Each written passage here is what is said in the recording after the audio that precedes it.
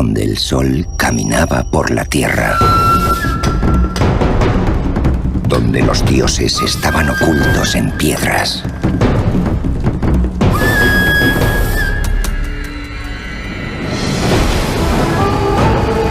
Y ancestrales culturas dominaban los mares.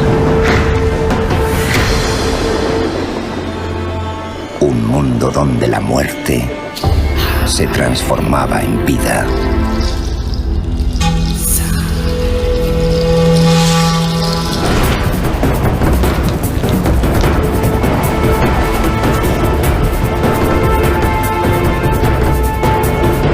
Y los hombres se comunicaban con el universo.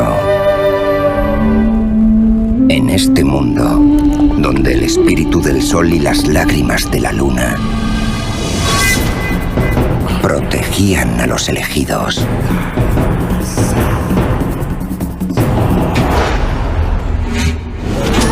una mágica leyenda emergió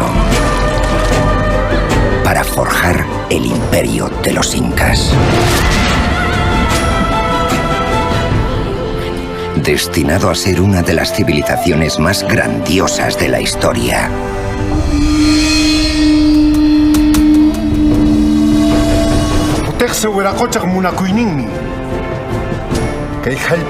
Un imperio donde la inmensidad de mágicos lagos se fundía con ciudades nacidas de la tierra.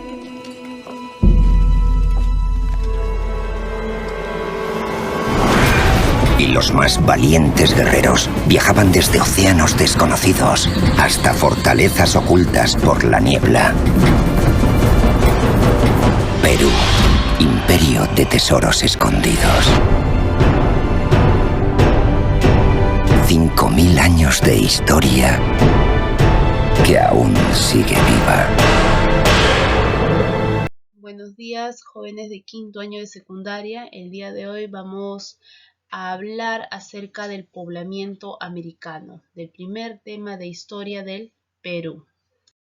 Vamos a empezar entonces con un pequeño recojo de saberes. Ya sabes que en el recojo de saberes no puedes revisar ninguna web, ni revisar el libro, nada. O sea, vamos a imaginar que te estoy evaluando y te estoy haciendo las siguientes preguntas. Entonces, lo que tengas, en este caso, la idea que tengas acerca de las posibles respuestas, vamos a tratar de resolverlo, ya jóvenes. Pero no te preocupes porque estos enunciados se irán resolviendo o despejando en el transcurso de nuestra diapositiva. En el continente americano viven 1000 millones de personas. ¿Pero sabes quién fue el primero? Mira.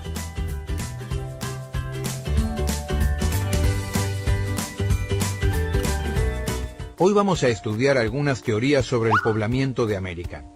Según los investigadores, el poblamiento de América debió llevarse a cabo hace 40.000 o 30.000 años.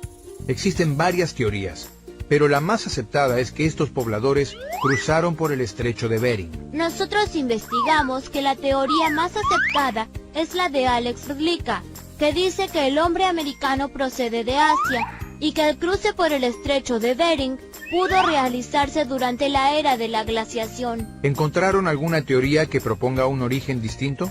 Sí, un investigador llamado Paul Rivet dice que si bien los primeros habitantes eran de origen asiático, luego se desencadenaron diferentes oleadas australianas y de pueblos melanesio-polinesios que ingresaron por el Océano Pacífico. Veo que investigaron mucho.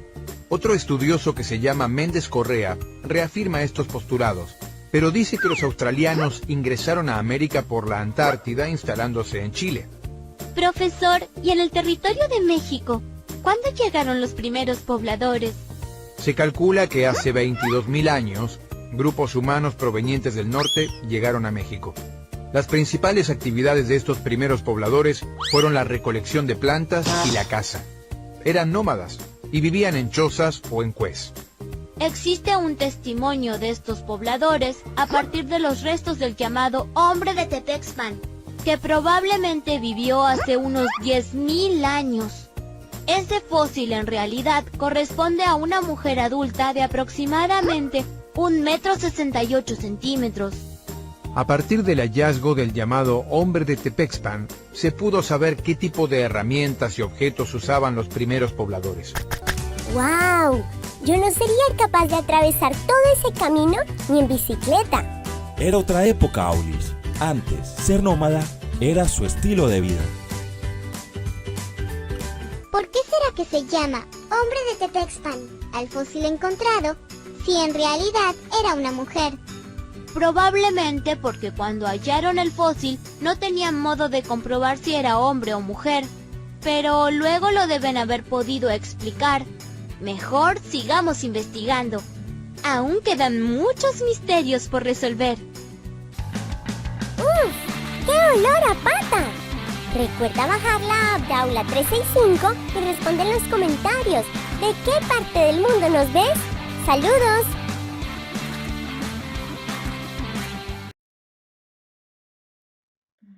En cuan...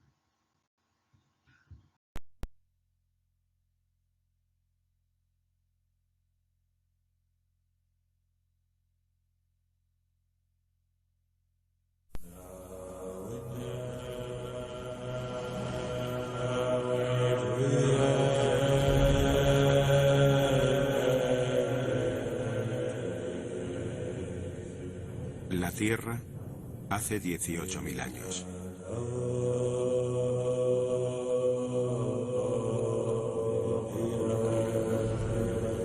Es un mundo atrapado en el frío, en el punto álgido de la última gran glaciación.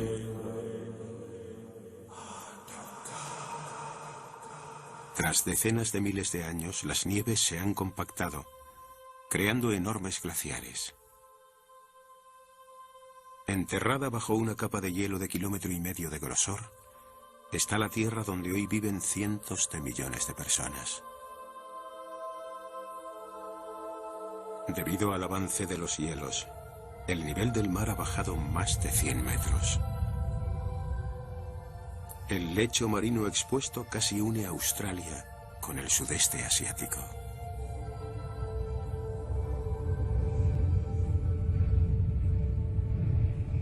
Japón forma parte del continente asiático.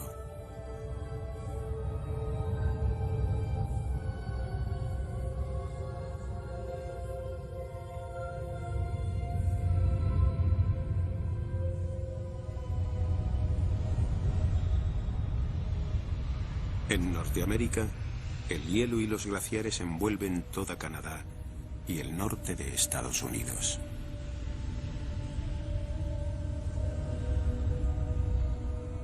La glaciación avanza y Alaska surge como una encrucijada de caminos. En la costa del mar de Bering, el océano en retirada hace emerger un gran puente de tierra de 1.500 kilómetros que une Asia y América.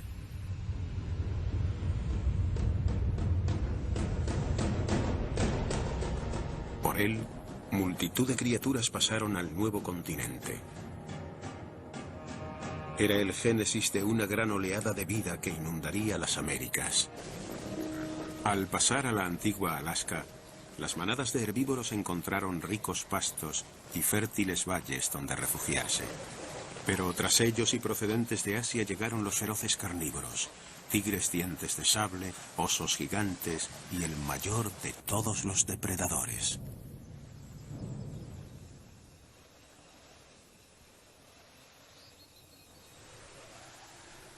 Vinieron de Siberia en pequeños grupos, siguiendo las manadas, sin saber que estaban descubriendo un nuevo continente.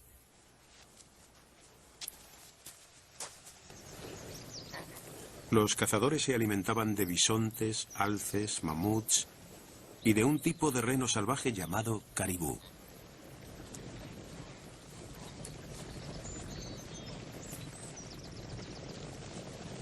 En la tundra, donde el frío no deja crecer la vegetación, la carne es vida. Durante la mayor parte del año es matar o morir.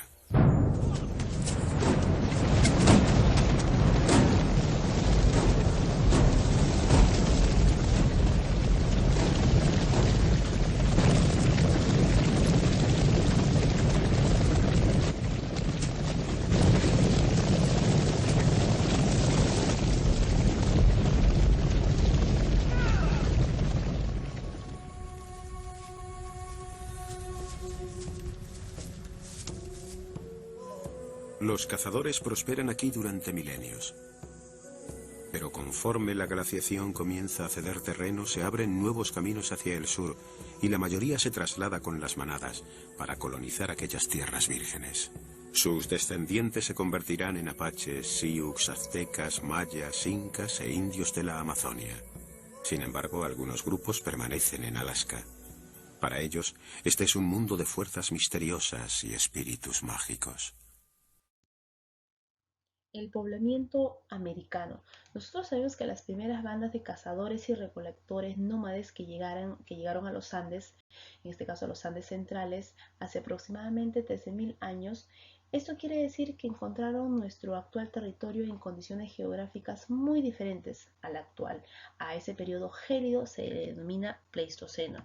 El poblamiento de América, nosotros vamos a hablar de dos periodos, el periodo lítico y el periodo arcaico. ¿Qué características tiene el periodo lítico? Esto se refiere a los primeros hombres que se ubicaron en las tierras andinas hace aproximadamente 13.000 años. Encontraron una geografía diferente a la actual. Los Andes lucían cubiertos de nieve en proporción de 2 a 3 veces mayor. Incluso en la costa se registraba mayor humedad, cosa que ahora es totalmente diferente. Es una zona muy desértica. Y sobre todo ellos vivían con una gran cantidad de animales denominados la llamada megafauna. ¿Quiénes estaban en la megafauna? Estaban las paleollamas, los esmilodontes, los megaterios, estaban los caballos primitivos, etc. ¿Qué podemos decir acerca del periodo arcaico? ¿Qué características tiene el periodo arcaico? Las antiguas bandas nómades de nuestro país, en este caso, sufrieron un impacto profundo en el cambio del medio ambiente. ¿Qué tipo de cambios? El aumento de la temperatura ambiental, el retroceso del glaciar, el inicio en la costa de un proceso lento de desertificación y la extinción de algunas especies de flora y fauna, sobre todo una megafauna. El periodo arcaico está dividido en dos, en arcaico inferior o temprano o el arcaico superior o tardío. No se vayan. Ahora, en el periodo lítico, nosotros vamos a hablar de los 6 hombres que se desarrollaron durante este periodo. Vamos a empezar con el hombre de Paca y Casa, donde muchos arqueólogos indican que este hombre no existió. ¿Qué arqueólogos dicen que este hombre nunca existió? Thomas Lynch, Augusto Cardich y Daniel Lavalle. Ellos sostienen que los restos encontrados por Richard McNeish en el año de 1969 no corresponden a los restos de una persona, sino son los restos de un animal, exactamente de un megaterio que murió por causas naturales. Y los supuestos instrumentos que fueron encontrados en estos restos no fue hecho por un hombre, ya que se produjo un fuerte terremoto y debido a la intensidad es lo que se dio estas pequeñas piedras encontradas alrededor de los restos de animales. Además, estos científicos investigadores decidieron analizar el ADN de este resto encontrado y determinaron que era el resto de un animal. En conclusión, también se investigaron los componentes rocosos y lo mal llamado instrumentos líticos, determinándose que eran fragmentos producidos por un fuerte movimiento sísmico. Luego nosotros tenemos al siguiente hombre, al hombre de Guitarrero 1, que se ubicó en la cueva del Callejón de Huaylas en Ancash. Fue descubierto por el arqueólogo norteamericano Thomas Lynch, en la cual se encontró 2 estratos de presencia humana de la etapa precerámica del periodo lítico. Los jóvenes no se vayan a olvidar. Luego tenemos al hombre de Chivateros. Fue descubierto por Edward Lenin en el año de 1965 en el valle del río Chillón en Lima. Se encontró centenares de utensilios líticos, al cual se le va a denominar talleres líticos. Luego tenemos al hombre de Toquepala. Fue descubierto por Miomir Bojovich y Emilio González en el año de 1960 en Tacna. Se encontraba en este caso con una antigüedad de 7600 a.C. Lo más notable del yacimiento son las pinturas rupestres que encontraron alrededor de estos restos. Luego tenemos el hombre de Paiján. ¿Quién era el hombre de Paiján? Fue descubierto por Claude Chauchat en el año de 1926 en el departamento de La Libertad. ¿Qué es lo que encontraron ahí? Se encontraron una gran cantidad de bandas móviles que se alimentaban de reptiles como el cañán, presentaban armas con puntas bifaciales. Se han hallado incluso 2 restos humanos, considerados los restos más antiguos del Perú. Los jóvenes, dio el examen o la práctica, les pregunto cuál es el hombre más antiguo del Perú, ya saben, Paiján. Luego tenemos al hombre de Lauricocha, que fue descubierto por Augusto Cardiff en el año de 1958 en Huánuco. Se encontraron aproximadamente 11 esqueletos humanos junto con huesos de camélidos y tarucas. Ya jóvenes, estos restos también evidencian la práctica funeraria más antigua hoy conocida en América. Ya jóvenes, no se vayan a olvidar. En el periodo arcaico se subdivide en el arcaico inferior o el arcaico temprano. Ahí vamos a mencionar a 3 hombres. El primero es el hombre de Guitarrero II o también el hombre Río Santa, que fue descubierto por Thomas Lynch en el año de 1965 en Ancash.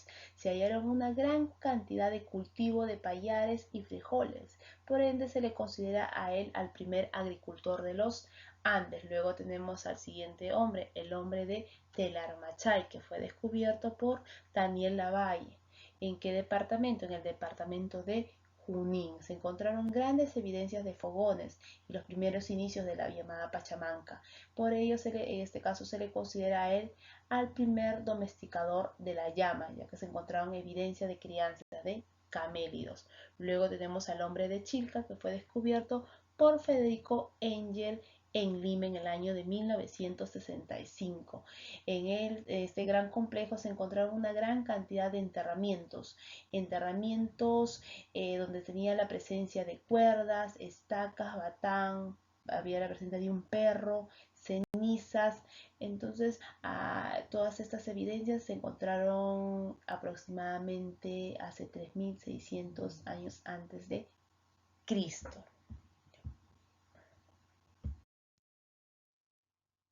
Ahora vamos a hablar del arcaico superior o tardío. Aquí tenemos la presencia de 4 hombres muy importantes. El hombre de Cerro Paloma, que se encontró al sur de Lima, fue descubierto por Federico Engel. Se descubrió lo que se considera el primer monumento arquitectónico de América, con una antigüedad de 4200 a.C. Luego tenemos a la ciudadela de Caral. Fue descubierto por la arqueóloga Ruth Shadi Solís de la Universidad Mayor de San Marcos en el año de 1996. Investigó a lo que viene a ser la ciudad más sagrada de América, origen de la civilización andina. Luego tenemos a Huaca Prieta, que fue descubierta por Junius Beer en el año de 1946. Se halló una gran cantidad de calabazas talladas, de igual forma los restos de textilería hechas a base de algodón que estaban entrelazadas entre ellas, como la que podemos apreciar en nuestra imagen, ¿no? Esta de acá, la imagen de la que tiene representada un cóndor, esta viene a ser una textilería de Huaca Prieta. Luego tenemos al siguiente hombre, que es el hombre de Kotosh o el hombre de las manos cruzadas. Inicialmente, fue visitado por Julio César Tello, pero los investigadores japoneses Seiichi Izumi y Kazuo Tejada, ellos se dedicaron al estudio más detallado de este templo, que se encuentra ubicado en Huánuco. Está compuesto por una serie de edificaciones, supuesta presencia arquitectónica pública de carácter ceremonial, ¿no? Por ello la presencia de el bracito, en este caso, por eso se denomina el templo de los brazos cruzados. Las teorías sobre el origen de las altas culturas. Nosotros sabemos que los pueblos a lo largo de su desarrollo económico, social y económico se enfrentan a un medio geográfico al que llegan a conocer y transformar para regular y planificar el crecimiento de las plantas y de los animales. Además, elaboran instrumentos de producción, confeccionan sus vestimentas y equipos de transporte. La vida en comunidad y luego la división social determina la formación de un aparato jurídico. Ese aparato jurídico viene a ser un Estado. ¿Y qué es un Estado? Un Estado está regido bajo normas, sanciones, símbolos mitológicos, arte, entre otros. A ver, después que he dado, en este caso, aclarado algunos puntos, nosotros ahora vamos a proceder a analizar cada una de estas teorías, la teoría inmigracionista y la teoría allochtonista. La teoría inmigracionista fue planteada por el alemán Max Uhle, que cuando llegó al Perú trajo un método denominado estratigráfico. ¿Y qué era un método estratigráfico? Era determinar la antigüedad de un resto, de un fósil, debido a la profundidad que tenía o a la antigüedad de la profundidad del subsuelo. Él investigó las pirámides que se encontraban en Trujillo y las pirámides que se encontraban en Ica. A las pirámides, en este caso a los templos de Trujillo, las denominó la cultura proto-chimú, y a los templos de Ica los denominó la cultura proto-nazca. ¿Qué es lo que él determinó? Que estos templos tenían una antigüedad de 2000 años, ¿no? En este caso redundando, 2000 años de antigüedad. Él creyó encontrar en este caso, en estas dos culturas, la cuna de la civilización andina, que afirmaba que era producto de la migración, como se ve en la imagen, las flechitas, la migración de culturas mayores y más antiguas. ¿Y cuáles eran esas culturas mayores? La cultura maya y la cultura azteca. ¿Y en qué se basaba esa conclusión, esa investigación que él daba? A la similitud en cuanto a las construcciones, porque las construcciones eran similares, y al dialecto o a la forma de hablar de algunas palabras. Luego tenemos la teoría allochtonista, que fue planteada por Federico Kaufmann-Doy. ¿Pero qué pasó o qué es lo que investigación realizó Kaufmann-Doy para determinar esta teoría? En el año de 1956, Emilio Estrada descubrió en una población antigua que se desarrolló hace 5000 años a la llamada cultura Valdivia, ubicada donde en Ecuador. Los restos hallados consistían de un fragmento de cerámica incipiente y una escultura en forma de serpiente emplumada. Todos estos restos fueron concebidos por el arqueólogo chiclayano Federico Kaufmann. Como antecesora, dijo que en este caso que Valdivia era la cultura antecesora a la Chavín. ¿En qué se basó? En que las cerámicas tenían cierta similitud, ya que en este caso la cultura Valdivia tenía 5000 años de antigüedad y la Chavín solo tenía 3000 años de antigüedad. Jóvenes, entonces él indica que la cultura Valdivia tomó en este caso conocimiento de las culturas mayores. ¿Qué culturas mayores? En este caso de la cultura azteca. Y al tener conocimiento, ya sea en lo que es agricultura, lo que es construcciones o edificaciones, esta Valdivia enseñó o dio sus conocimientos a la cultura Chavín, ¿no es cierto? Y de esa manera va a surgir lo que viene a ser el origen de la cultura andina. Jóvenes, en eso consiste la teoría allochtonista. Por último tenemos la teoría autoctonista, que fue planteada por Julio César Tello, quien era un arqueólogo por vocación. Julio César Tello rechaza el difusionismo de Max Uhle y defiende el evolucionismo de la cultura andina. Asegura que las pirámides costeñas son el producto de un desarrollo autodinámico. Sus afirmaciones fueron comprobadas al descubrir el templo de Chavín de Huántar, con 3000 años de antigüedad, cultura más antigua que las estudiadas por Uhle, y señala su conexión con la selva, pues encontró evidencias de culto al jaguar, la serpiente y ornamentos de cabezas clavas como símbolos felínicos. Al hacer este descubrimiento, Julio César Tello va a rechazar la teoría inmigracionista en este caso y la teoría allochtonista. Jóvenes, de este dato no se vayan a olvidar y recuerden. Gracias. La periodización de la historia. La periodización de la historia, en este caso del Perú, ha sido propuesta de muchas y diversas formas. Recordemos que sin duda un trabajo de este tipo es una manera del enfoque filosófico del autor, una manera de aplicar su visión política. Un ejemplo de esa periodización tenemos la periodización de Lumbreras y la periodización de John Rowe. Por ejemplo, Lumbreras, Luis Guillermo Lumbreras, divide el prehispánico de las siguientes etapas. Divide del Imperio Inca, un segundo desarrollo regional, como ahí se encuentra la cultura lambayeque, la cajamarca, la cultura chanca.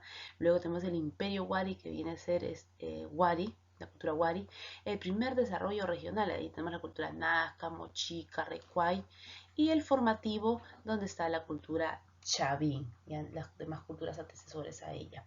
¿Y por qué o a qué se debe, en qué se va a basar Lumbreras para esta división? Aquí el autor va a apreciar el énfasis en la política, la respuesta cultural frente a la realidad que se vive y sobre todo el aspecto de la diferenciación social, es decir, el eje gira en torno a la práctica sociopolítica de los sectores más poderosos frente a los débiles. Caso contrario, se va a dar con la periodización de John Rowe. Esta periodización es la más aceptada en la actualidad. ¿Por qué? Porque se basa en el culturalismo, en las artes, en la cosmovisión o estilo cultural de un grupo humano. En este caso, al grupo humano lo toma un papel muy importante en la historia. Para ello, utilizó el concepto de horizontes culturales. ¿Y cuáles son esos horizontes? Tenemos al horizonte tardío, que es la difusión del Imperio Inca. Luego tenemos al intermedio tardío, una gran variedad de culturas. Tenemos al horizonte medio, una amplitud de la cultura Wari. Intermedio temprano, los diferentes estilos de cultura, y el horizonte, en este caso también temprano, se da la hegemonía de la cultura Chavín.